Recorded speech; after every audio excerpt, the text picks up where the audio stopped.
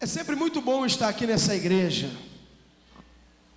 Quando você está em um local onde há pessoas simpáticas, onde a família de Deus se reúne, onde o lugar é confortável, onde a presença de Deus repousa, é indubitavelmente um prazer, um privilégio. E eu queria que você nesse momento aplaudisse o Senhor pela vida do pastor Alexandre.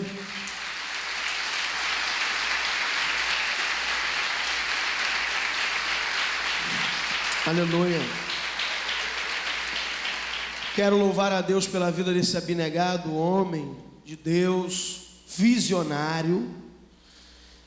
E eu vou falar uma coisa para vocês aqui. Eu gosto de vir a essa igreja porque quando nós estamos perto de sonhadores, nós alimentamos também os nossos sonhos. Vira para o teu irmão e diga assim: o teu sucesso depende também dos teus relacionamentos. Sentados do jeito que vocês estão, abram as vossas Bíblias no livro da criação, livro do Gênesis, capítulo 26. Aleluia. Eu estou sentindo Deus muito forte aqui hoje, irmãos. Toda vez que eu venho aqui eu sou muito edificado, mas eu estou sentindo uma coisa diferente aqui hoje. Você só sai daqui hoje da mesma maneira se você quiser. Glória a Deus. Amém. Então vamos ler do versículo 14 ao versículo 22. Gênesis capítulo 26. Versículo 14 diz assim: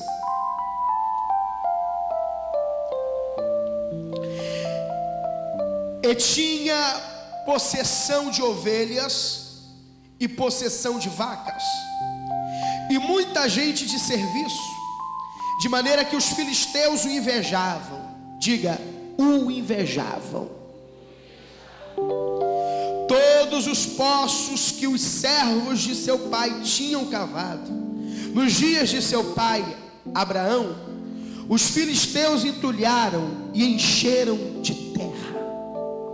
Disse também Abimeleque a Isaque: aparta-te de nós, porque muito mais poderoso te tens feito do que nós.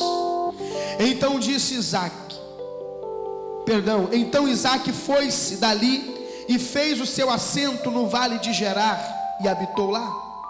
E tomou Isaque e cavou os poços d'água que cavaram nos dias de Abraão, seu pai, e que os filisteus taparam depois da morte de Abraão, e chamou-os pelos nomes que os chamara seu pai. Cavaram, pois, os servos de Isaque naquele vale, e acharam ali um poço de águas vivas. E os pastores de Gerar porfiaram, ou seja, contenderam com os pastores de Isaque, dizendo: esta água é nossa. Por isso chamou o nome daquele poço Ezeque, porque contenderam com ele. Então cavaram outro poço e também porfiaram sobre ele, por isso chamou o seu nome Sitna. E partiu dali e cavou outro poço, e não porfiaram sobre ele, por isso chamou o seu nome Reobote, e disse: porque agora nos alargou o Senhor e crescemos nesta terra. Olha, com aquele sorriso que você costuma queimar calorias, eu queria que você esticasse o braço, sentado do jeito que você está, se pudesse virasse para trás, tocasse no ombro da frente e dissesse assim: este ano de 2012 é ano de transformar a crise em triunfo. Aleluia. Glória a Deus. Aleluia. Queridos, nós estamos diante de uma das histórias mais intrigantes do Antigo Testamento. E a figura principal da mesma é nada mais e nada menos do que Isaque. Sim, Isaque. Isaque, aquele menino que depois de 25 anos de Deus fazer a promessa ao seu pai, o patriarca Abraão, o pai da fé Abraão, depois de 25 anos, em meio à esterilidade, idade avançada, Deus cumpriu a sua promessa. Isaque, aquele menino que um dia o seu pai Abraão o segura pelas mãos, leva até o Monte Moriá, e debaixo de uma sentença de Deus, guiado por uma fé, ele leva o seu filho para ser crucificado. E doravante ao momento em que ele sai de casa com os seus servos para oferecer o filho da promessa em sacrifício, naquele mesmo momento o milagre é gerado, e no instante que ele ia baixar o cutelo contra a vida do seu único filho, Deus mostra a ele ali um animal para ser sacrificado no lugar de Isaque. Na verdade, Deus nunca quis matar Isaque. O que Deus queria era a fé e a submissão do seu pai Abraão. Isaque viu naquela situação o seu pai Abraão tendo mais uma das inúmeras experiências que Abraão teve na sua trajetória. Só que agora, no capítulo 26, chegou o momento de Isaque ter a sua própria experiência com Deus. Muitas pessoas vivem de experiências dos outros. Outras pessoas ficam fascinadas pelos depoimentos que os seus irmãos na trajetória cristã costumam falar, costumam reportar. Mas a verdade é que todos nós, um dia, iremos viver momentos, e esses momentos têm uma característica em comum: os princípios da pedagogia de Deus. Esses momentos que nós costumamos ter como as experiências mais marcantes com Deus, nem sempre nos é apresentada de maneira cálida, de maneira tranquila, mas na maioria das vezes as grandes experiências com Deus são marcadas no momento das perdas, nos momentos das calamidades, nos momentos de opróbrio, nos momentos da dor. E é sobre isso que eu quero falar nessa noite: transformando a crise em triunfo. Primeiro, eu quero tentar definir o que é crise. Crise pode ser definida como uma grande dificuldade. Crise pode ser marcada por perdas. A crise a nós é apresentada como inúmeras impossibilidades. A crise nada mais é do que um declínio súbito, repentino. E quando você vai ver, você já está no epicentro da crise, você já está no olho do furacão. É por isso que quando as bolsas de valores despencam, diz: olha, a crise chegou na bolsa de valores, ou seja, caiu. E a crise é marcada por queda, por tombo, por perdas. Só que, além de nós entendermos o que é crise, e principalmente quem já passou por alguma, ou quem esteja vivenciando algum tipo de crise, nós precisamos entender que a crise, ela se apresenta, ou ela vem por várias vias. Por exemplo, tem pessoas que já viveu uma crise profissional. Tem pessoas que foram nocauteadas por uma crise emocional. Por que não falar também da crise financeira? Por que não falar da crise nos relacionamentos ou no relacionamento? Por que também não falar da crise espiritual? Às vezes nós passamos por alguns desertos espirituais. Parece que o céu se tornou de bronze. Parece que Deus não está ouvindo a nossa oração. A verdade é que todo cristão, irmãos, vai passar pelo deserto da crise espiritual. E é nesse momento da crise espiritual, permita-me fazer um adendo, que você vai sobreviver espiritualmente do que você armazenou no decorrer da sua caminhada. Por que tem algumas pessoas que se desviam no momento de uma crise espiritual?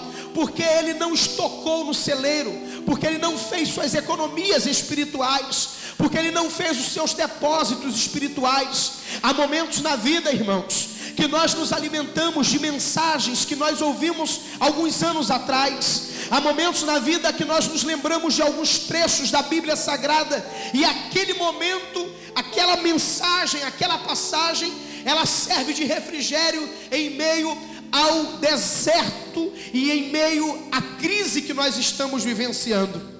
Só que existe uma coisa que eu quero frisar aqui no introito dessa mensagem.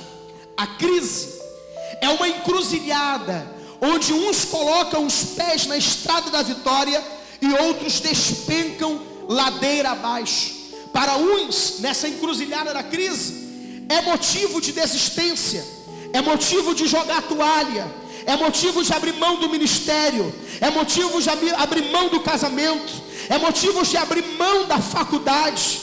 Alguns, na encruzilhada da crise, decidem não tentar novamente. Já outros têm um posicionamento, um comportamento totalmente diferente, porque enquanto para uns a crise serve de ladeira, para outros a crise serve de trampolim.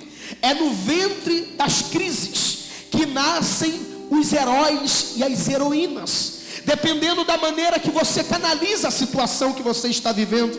Já dizia um grande filósofo que o homem ou a mulher que uma crise ou uma dor não conseguiu educá-los, serão para sempre eternas crianças. A crise, amado, serve para revelar o que existe dentro de nós. Se existe um covarde, ou se existe uma pessoa destemida aí contra a situação. Nós acabamos de ler alguns versículos que retratam a história de Isaac, e eu quero nesse momento, através da história desse homem, através da história desse rapaz, tentar exaurir desse texto bíblico, dessa história, algumas lições para a nossa vida ser bem sucedida no decorrer do ano de 2012. Uma coisa muito interessante é que nós precisamos entender que todos aqueles que passaram por uma crise, ou esteja passando por uma crise, na verdade ele é açoitado pelo chicote ou pela correia do medo, porque toda crise gera dentro de nós um medo, um desespero, uma insegurança, uma instabilidade. Isaac, irmãos, é o retrato dessa situação. Isaac, ele quando se deparou com a fome na sua terra, ele quis meter o pé. O versículo 1 do capítulo 26 diz: e havia fome na terra, além da primeira fome, que foi nos dias de Abraão. Por isso foi-se Isaque a Abimeleque, rei dos filisteus, em Gerar. Presta atenção nisso. E apareceu-lhe o Senhor e disse: não desças ao Egito, habita na terra que eu te disser. Um dos maiores problemas que nós enfrentamos em meio à crise é que em meio à crise nós não conseguimos raciocinarmos de maneira sensata. Porque, como eu falei em minutos anteriores, a crise gera desespero, desconforto, inquietude. E em meio a essas ondas violentas da crise, no calor da emoção, nós costumamos a tomar algumas atitudes contrárias à vontade de Deus.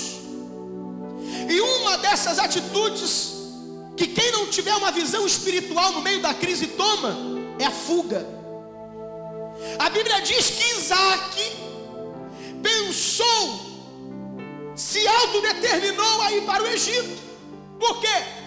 O Egito era a potência mundial da época. Lá ele ia encontrar água, porque o Egito era favorecido pelo rio Nilo. Lá ele iria encontrar comida, lá ele iria encontrar guarita. Mas Deus aparece para Isaac e diz: Isaac, não desças para o Egito, habita na terra que eu te disser. Deus estava dizendo para Isaac: Isaac, você está planejando uma fuga. Escuta o que eu vou dizer para você, Isaac. Eu vou te prosperar, eu vou te exaltar, eu vou transformar a crise em triunfo. Mas tem uma questão: não arrede o pé, nem para a esquerda, nem para a direita. Fique no lugar que se autodefine o centro da minha vontade. Por mais que a tua situação esteja difícil, periclitante, por mais que a tua... Eu não sei, irmão, se você está passando... Tem gente que talvez esteja passando por crise na área financeira. Já pode ter gente que esteja passando por uma crise na área familiar. Tem gente que está querendo jogar tudo para o alto porque a empresa está passando por uma crise. Levanta a tua mão direita, eu vou profetizar de olhos abertos, olhando para você. Deus está dizendo para você que essa crise é semelhante à chuva de verão. É uma nuvem que está passando, o sol vai voltar a brilhar. Não saia do centro da vontade de Deus. Aprenda com o Senhor em meio à crise, porque aquilo que não te mata te fortalece. Deus me autoriza a dizer nessa noite que o tempo de cantar está chegando, o tempo da restauração está chegando, o tempo da bonança se aproxima. Não saia do centro da vontade de Deus. Pastor, é porque o senhor não ouve o que eu tenho ouvido. Porque, irmãos, uma das maiores estratégias do inimigo quando nós estamos passando por uma crise é colocar pessoas que gozam da nossa confiabilidade, do nosso apreço, para destilarem palavras com veneno, se referindo à situação que nós estamos vivendo. Ué, você não é crente? Para viver uma vida dessa? Ué, você não vai para a igreja toda semana? Como que você está vivendo isso? E é nessa hora que nós temos que ter muito cuidado. Ó, silêncio. É nessa hora que você não pode agir com a emoção, porque as nossas motivações geralmente nos empurram para os precipícios da vida. E geralmente as nossas motivações são embasadas nas nossas emoções. É nessa hora que você tem que engolir aquilo que você jamais imaginou que ia engolir. Sabe por quê? Em meio à crise, você ouve e você nem sempre fala, porque há respostas que não merecem ser dadas. No momento da crise, você tem que entender um princípio. Vira para o teu irmão e diga assim: o silêncio é a oração dos sábios. Na hora da crise, meu irmão, o que o inimigo vai querer é te desestabilizar. O que o inimigo vai querer é dar um nó na tua mente.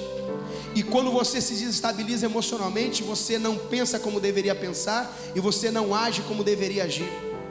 Você está sendo teleguiado pelas emoções. O momento da crise é momento de você ouvir a voz de Deus. Pastor, é porque o senhor não sabe o que estão dizendo.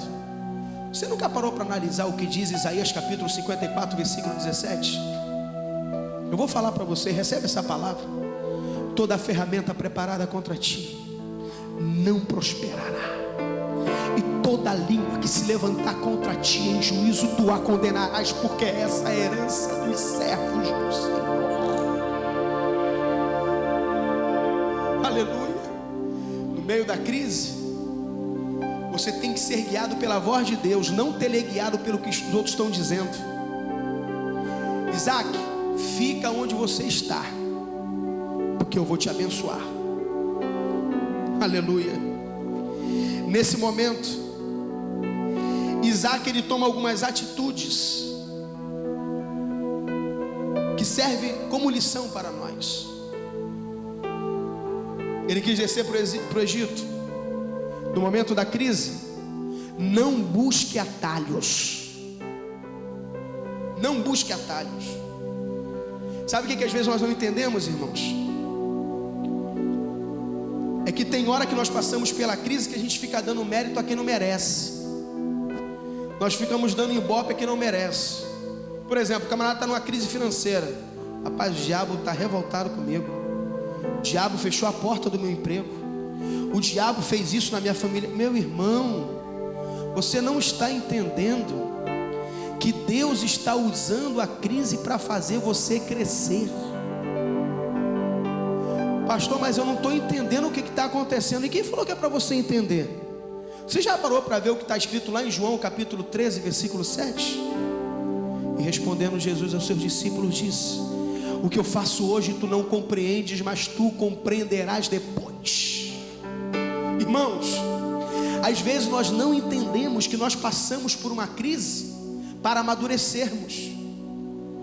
O rio só chega ao oceano porque ele aprendeu a contornar obstáculos, amado.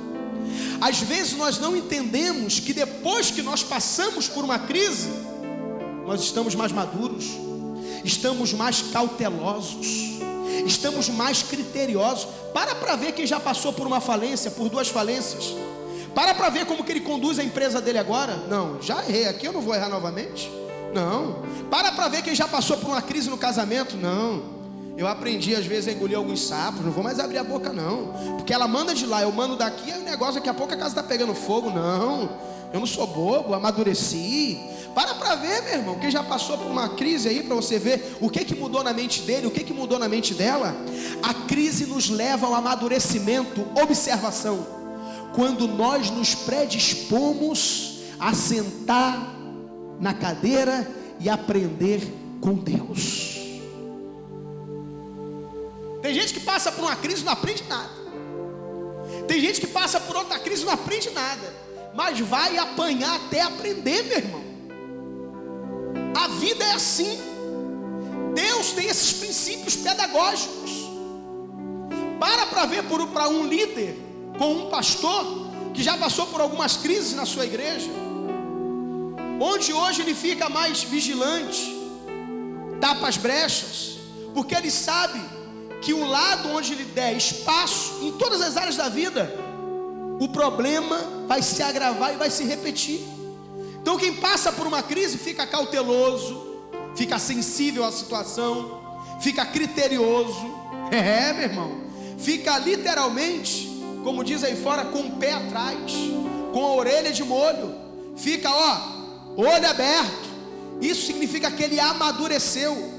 Sabe o que nós aprendemos aqui?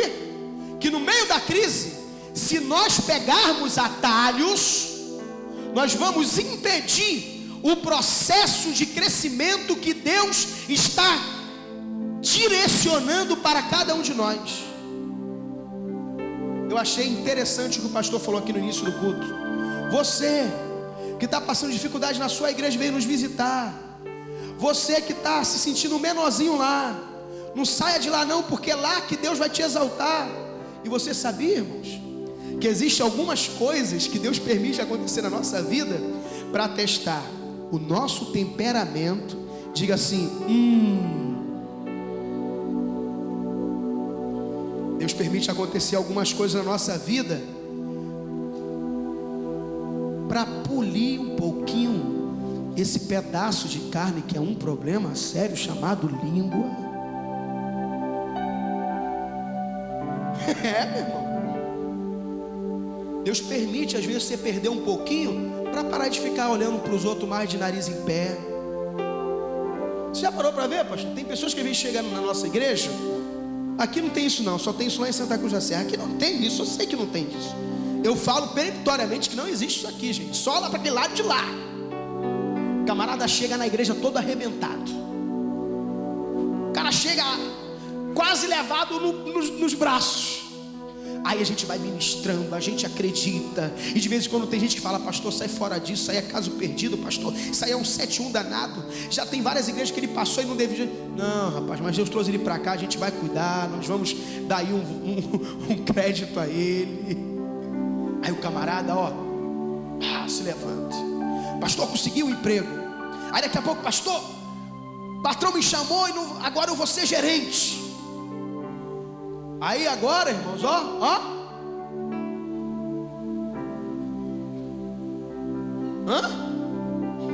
Antigamente, quando estava na crise, era o primeiro a chegar na escola dominical. Agora diz que: pastor, não estou vindo para a escola dominical porque o senhor sabe, né? Agora eu sou gerente, não dá mais para chegar aqui e tal, e aquela coisa. Teve um dia que eu falei para o microempresário lá da igreja, eu falei: você está me dizendo que a tua empresa está impossibilitando de você servir a Deus? É isso? Agora a bênção tomou o lugar do abençoador? É isso que você está me dizendo? Então pode deixar, meu filho, pode deixar. Você se lembra aquela vez que eu orei, que eu falei que Deus ia colocar a chave na tua mão, que você ia ser patrão de si mesmo, que você ia administrar as coisas que Deus ia colocar na tua mão?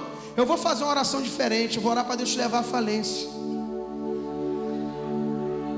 O camarada está falando que o trabalho dele, a prosperidade dele está impedindo dele estar pelo menos nos cultos de domingo na igreja. O outro: pastor, é que o senhor sabe, né, pastor? Você sabe que meu carro é novo, né? Então aí o miserável chegava na igreja a pé, irmão, no meio da chuva. Aí comprou um carrão, aí agora o cara fica cheio de marra. Eu falei: meu filho, amém. O problema é o carro agora, né? Aonde está o teu coração, ali está o teu tesouro. O teu tesouro agora é o carro, é isso?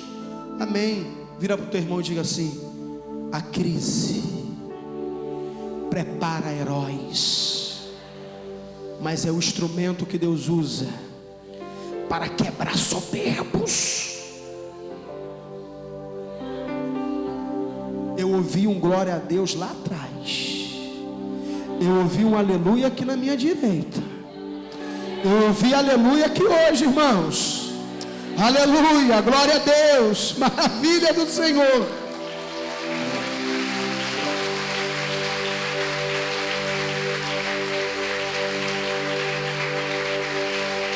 Posso falar, pastor? Rapaz, você está sumindo da igreja. Pastor, inclusive, eu até falo: pastor, o dízimo é de quê, pastor? Eu falei: dízimo de quê o quê, meu irmão? O que você quer na vida, rapaz? Você sempre não ganhou salário mínimo? Você sempre não dizimou do teu salário mínimo? O que você quer? Uma resposta minha para autoafirmar a tua displicência? Meu filho, você pega o que você empreendeu na tua empresa durante todo o mês, você vai tirar o lucro e dali, meu filho, você vai dizimar. Isso. Não é porque você passou 50 mil na tua mão que você vai dar dízimo de 5 mil reais, meu filho. Você pega o que você lucrou e dizima. Pastor, é que o senhor sabe que é difícil, né? Difícil o que, meu filho? Dizimar um salário mínimo ou dizimar de 20 mil, 30 mil? O que é? Falei: olha que eu oro para quem não consegue dizimar de 20 mil começar a dizimar de um salário mínimo novamente. Está repreendido, Jesus. Então isso.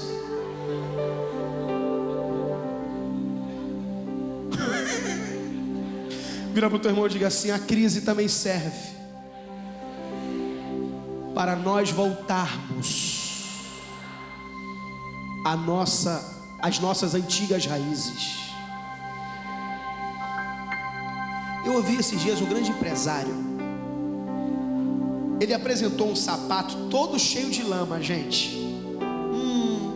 Dá até pena subir com um sapato daquele aqui nesse piso lindo. Inclusive vamos aplaudir, tá lindo aqui o púlpito, não tá, gente?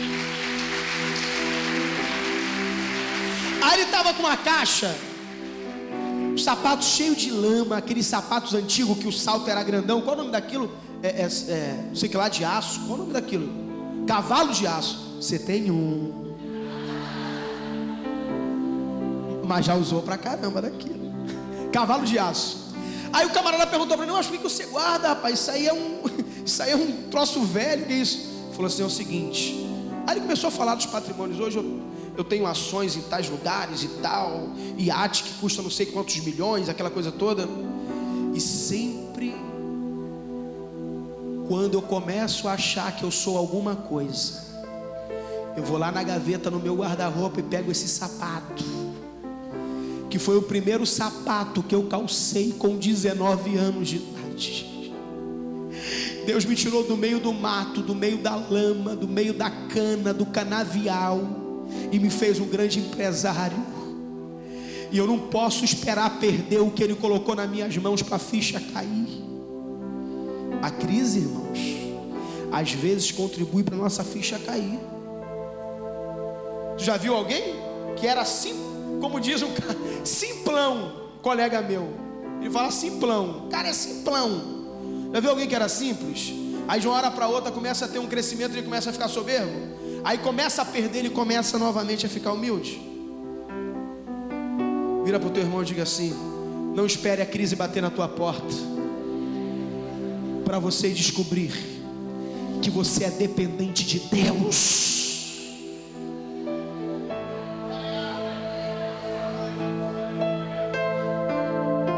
E tem outra, hein? Dependente de Deus e que precisa também de pessoas, porque ninguém chega ao sucesso porque caiu de paraquedas no lugar, não. Alguém ajudou em alguma área, alguém deu uma ideia, alguém investiu financeiramente, alguém, disponibilizou o QI, quem indique. Então nunca se esqueça disso. Nunca pegue atalhos e saia da vontade de Deus. Pegar atalhos é fugir. Pegar atalhos é assumir uma postura que não é sua, soberba, arrogância. Uma coisa muito interessante, e aqui eu caminho para o fechamento, é que na crise nós precisamos tirar os olhos das circunstâncias e colocá-los nas promessas. Sabe por que Isaac queria dar o pé? De um lado, tudo queimado pelo sol sem água. Do outro lado, crise. Irmãos, presta atenção que eu vou falar para você aqui.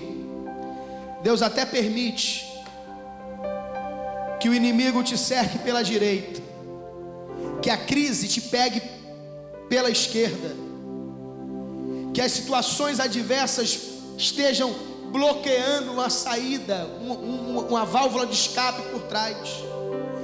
A crise às vezes até impede de nós prosseguirmos, mas a crise e as dificuldades nunca irão obstruir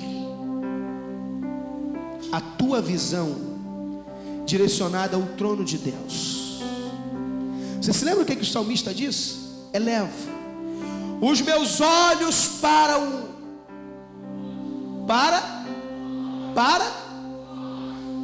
montes altos.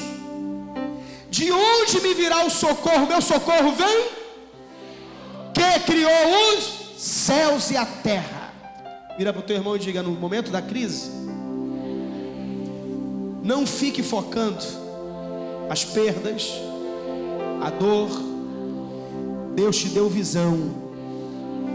Enxergue o sol brilhar por detrás das nuvens negras e saiba que Deus está no controle da tua vida.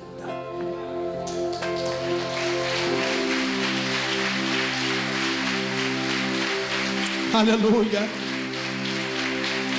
Oh, glória a Deus.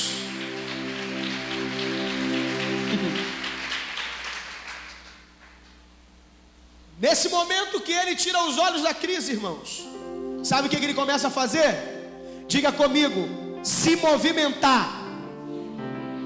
Enquanto você estiver com os olhos na crise, você fica inerte, paralisado. Por isso que tem gente que abraça a depressão ou é abraçado pela depressão, seja lá como queira. Quando você começa a tirar o foco da crise, você começa a produzir. Isaac, irmãos, no meio da crise, começa a cavar poços, começa a desentulhar poços que o pai dele tinha aberto anos atrás.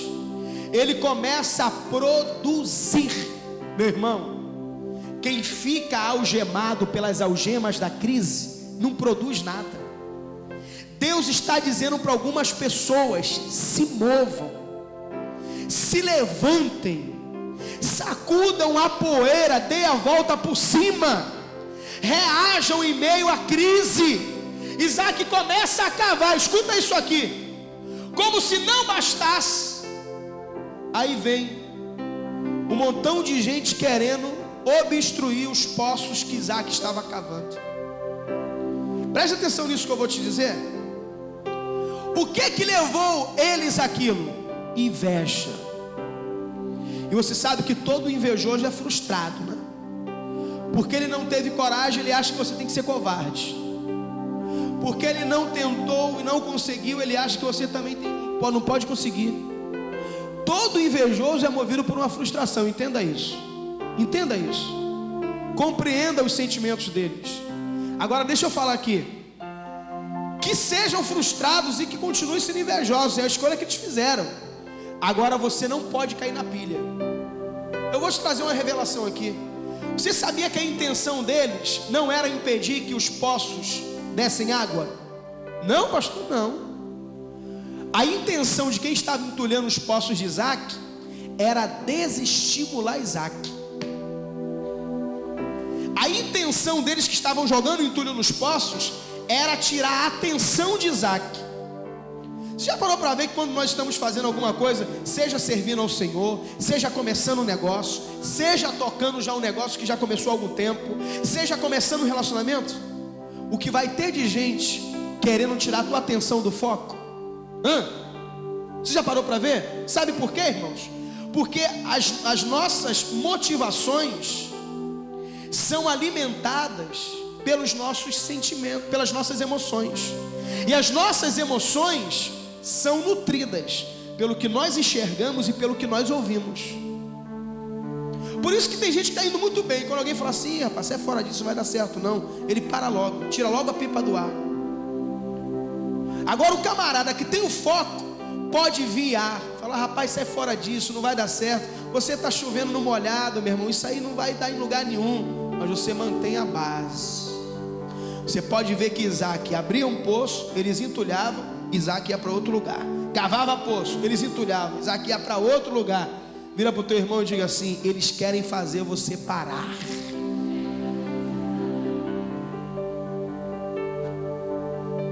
Vira para o teu irmão daquele sorriso que queima calorias e diga assim: não pare. Por mais que você esteja sofrendo, por mais que a crise seja intensa, segura a mão dele, levanta a mão dela, diga assim: vai valer a pena. Vai valer a pena. Vai valer a pena. Oh glória! Vai valer a pena. Não deixe de cavar poços. Vai valer a pena. Preste esse vestibular. Vai valer a pena. Continue com esmero. Continue com aplicação na obra de Deus. Vai valer a pena. Continue orando pela sua família. Vai valer a pena. Continue acreditando nessa empresa. Vai valer a pena. Continue acreditando no relacionamento. Vai valer a pena, meu irmão. Vai valer a pena, minha irmã. Oh, glória a Deus. Aleluia. Cadê os vencedores aqui hoje? Agora escuta o que eu vou te dizer. Chega uma hora que Abimeleque olha para ele e fala assim: meu irmão, sai de perto da gente porque você cresceu demais. Sabe o que Abimeleque estava falando? Eu estou espantado com o teu crescimento, cara. Meus joelhos estão batendo um no outro com o teu crescimento. Só que Abimeleque estava se esquecendo que o crescimento era resultado até da persistência de Isaac. Só que tinha o seguinte: foi resultado da promessa de Deus. Vira para o teu irmão e diga assim: se alguém quer brigar com você porque você está crescendo, manda ele discutir com Deus, meu irmão. Segura a mão dessa pessoa e diga assim: Deus te chamou para rasgar as tempestades, para se levantar do entulho, dos destroços, para a reconquista de diga: Deus garante o teu sucesso. E o teu sucesso depende da tua persistência, da tua obediência, da tua submissão, da tua visão. Deus me autoriza a dizer o que diz em Efésios capítulo 3, versículo 20: porque Ele é poderoso para fazer infinitamente mais do que tudo quanto pedimos ou pensamos, segundo o poder que em nós opera. Sabe o que Deus está mandando dizer? Se prepare, porque Deus vai te surpreender. Vira para o teu irmão e diga: Deus vai te surpreender. Pastor Alexandre, Deus vai te surpreender. Deus vai te surpreender. Deus vai te surpreender. Deus vai te surpreender. Deus vai te surpreender.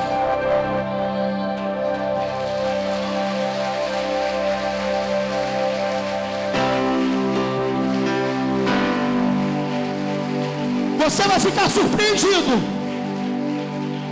E os Abimeleques da tua vida vão ficar amedrontados. Meu Deus. Pastor Alexandre, eu vou liberar a palavra profética sobre esse ministério. Levanta suas mãos. Esse tempo está muito próximo. Esse povo tem entrado numa dimensão de prosperidade tão grande por causa desse lugar, que o que hoje é o dízimo deles, daqui a algum tempo vai se tornar oferta. Se você crê, levanta a mão e dá glória a Deus. Se você não crê, pode ficar calado, porque a bênção não é para quem acha impossível, a bênção é para quem crê no sobrenatural.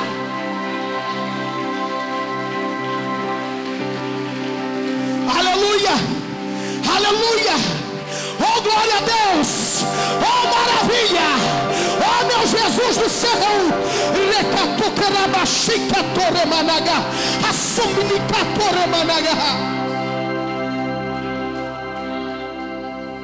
Não dá para segurar esse cara. Cada picaretada que ele dá no chão, flui a água. Cada pasada que ele dá para tirar entulho, meu irmão, é água. Oh, meu Deus do céu.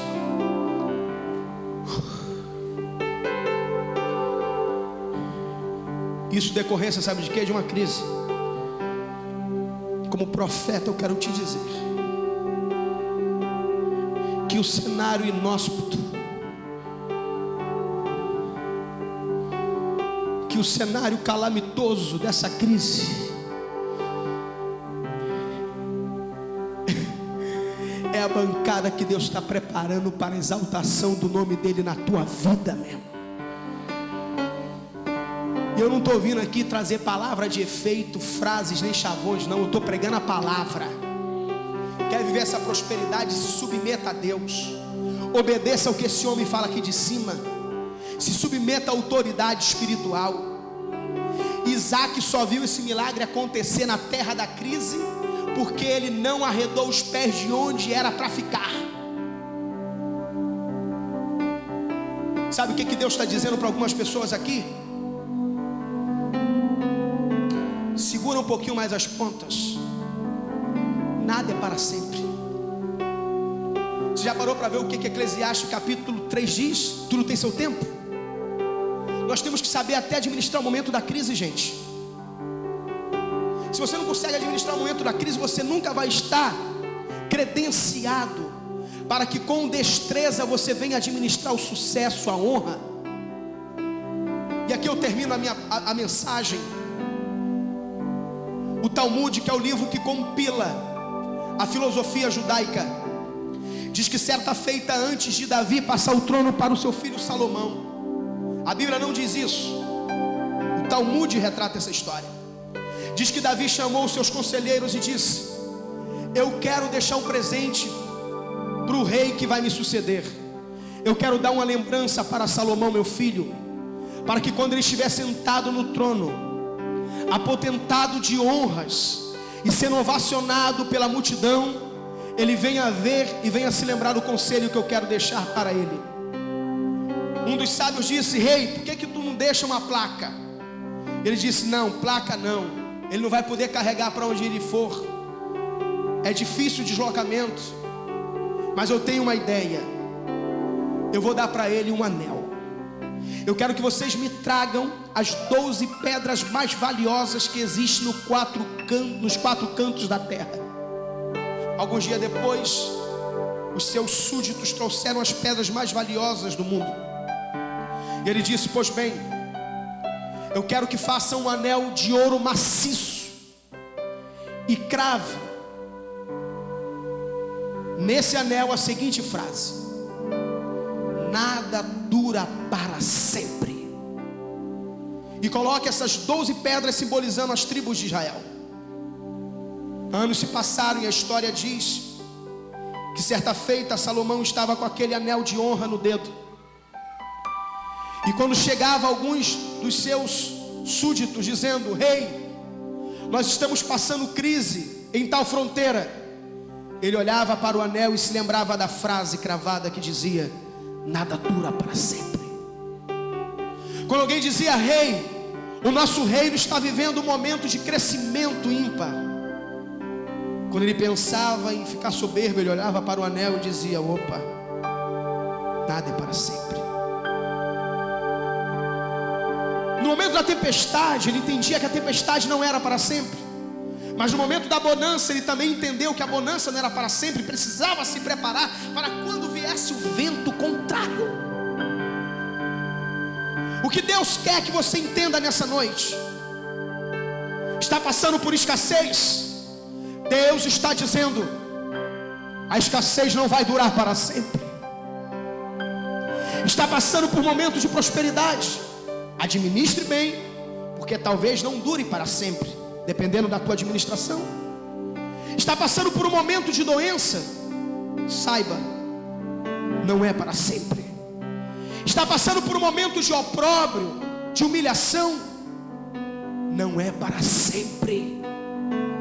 Existe um momento de Deus na vida de cada um de nós, e Deus está dizendo que vocês possam exaurir lições no momento da crise. Eu fecho a minha palavra. Eu quero destacar o último ponto da mensagem. A Bíblia diz que Isaac semeou e colheu sempre. Você sabe qual é a maior semente para Deus? A maior semente não é aquela que você pode meter a mão no bolso e escolher nota de 100 ou de 50, porque você já pagou as suas contas, já está tudo quitado. Você sabe qual é a semente que move a estrutura espiritual? Vira para o teu irmão e diga: a semente que é lançada no chão no meio da crise.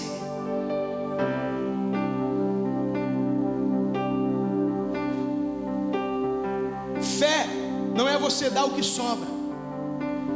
Fé não é você dizimar porque já está tudo ok na tua família, na tua casa. Você já fez seus investimentos e agora chegou a hora de dar o resto, o que sobrou. Fé, meu irmão, diga comigo, é o ai. Sabe o que é o ai? É você saber que no meio da crise você poderia consumir aquela semente, mas você não tem a visão do agora, porque quem consome a semente hoje nunca vai ter uma plantação amanhã para colher frutos. A Bíblia diz que Isaac semeou e colheu sempre. Uma coisa interessante, eu tenho um rapaz lá na nossa igreja que ele tem uma empresa de retífica de cabeçote. Esse rapaz chegou há 5 anos na nossa igreja sendo funcionário da Casa e Vídeo. E um dia depois de uma mensagem que eu falei sobre desafios em meio aos sonhos, ele falou: pastor, eu vou fazer uma loucura. Eu vou abrir não sei quantos anos de Casa e Vídeo, eu quero abrir um negócio próprio. E ali eu comecei a assessorar ele, comecei a ensinar ele o que é dízimo, o que é desafio, o que é semear. Hoje ele é um grande obreiro da nossa igreja, um grande dizimista. E ele me disse que um dia ele estava na nossa igreja, escuta isso, e na semana ele tinha muitas duplicatas para pagar. E quando ele foi abrir a carteira para ofertar, o que ele descobriu, irmãos? Que na carteira tinha um cheque pré-datado, altíssimo, esperando a segunda-feira para depositar ou para sacar na boca do caixa. Só que ele estava no culto de domingo, um dia antes, Aí quando ele pegou a carteira e viu o cheque, ele falou: não tem oferta. Só que na hora o Espírito Santo de Deus falou assim: opa, essa é a semente da crise, semeie.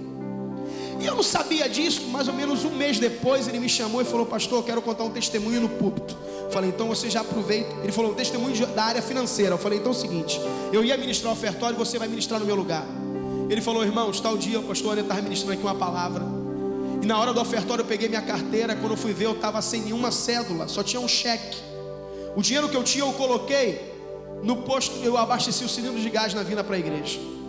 E eu fui e ofertei o valor que ia servir para mim quitar muitas dívidas durante a semana. Quando foi na mesma semana, uma pessoa que estava me devendo um dinheiro altíssimo há meses, eu já tinha dado, até perdido aquele valor, aquele dinheiro chegou. E o mais interessante, 3 vezes mais do que eu semeei na oferta no domingo no culto. Ele falou: pastor, eu acho que eu nunca dei uma oferta com tanta fé, porque quando eu guardei a carteira e falei que não tinha oferta, eu senti o Espírito Santo de Deus falando para mim: essa é a oferta do momento de dificuldade. Semeie, semeie. Vira para o teu irmão e diga assim: se você quiser uma colheita incomum, plante uma semente jamais plantada.